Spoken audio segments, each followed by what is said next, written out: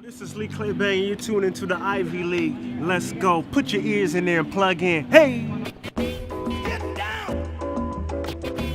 Get down! Get down!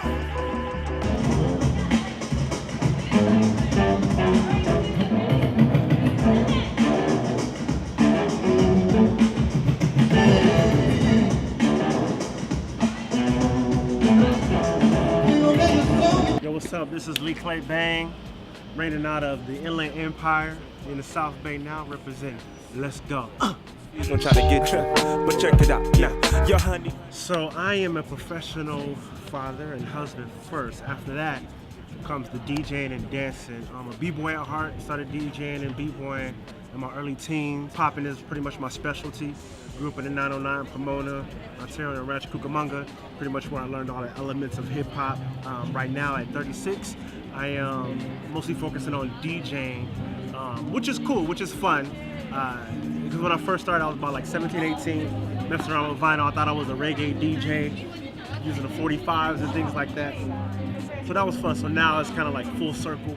I don't rap anymore, used to rap. But yeah, so I'm just in a different chapter of my life right now. And DJing is cool, it's fun, so I can't complain. Your ass getting into accidents. Sheesh. One of my big influence, honestly, is probably an Inland Empire DJ named Gabriel. He was real instrumental in just like my music career, from recording my album, the scratching of my album, to DJing one of my favorite spots when I first grew up, dancing at Foundations. So he was someone I looked up to. One of my favorite DJs in LA would be Al Jackson from Juju's, probably like highlight of my life in regard to just really being introduced to that neo soul vibe. So Al Jackson, J-Rock from the Beat Junkies, definitely just how he vibes and just connects the breaks with the soul and the hip hop and scratching. He's just an all around really dope DJ. And my boy Raj G and DJ 360. So I have a lot of influences. I've been around a lot of these dudes. Some of them are friends, some of them are just, I just view from afar. But based out of IE and LA DJs for sure. About the way, how did you? So when I was going by Brother Devoué, I had a project called Mental Leakage, which was pretty much like my coming out album, because I was in the poetry scene for a lot of years. And then Mental Leakage was kind of like me bridging that gap between poetry, hip hop, and really rhyming. And that's when I pressed my own vinyl. I was grinding really hard. I had Aloe Black on the lead single, Jametta Rose, Gabriel was on the cuts. So it was just a really good project. It was kind of like who I was at that time. I was like 22, 24, so that was many moons ago. And then after that, I came out with a project called Giveaway Display, which is when I pretty much reached out to Reverb, who provided a lot of beats on there.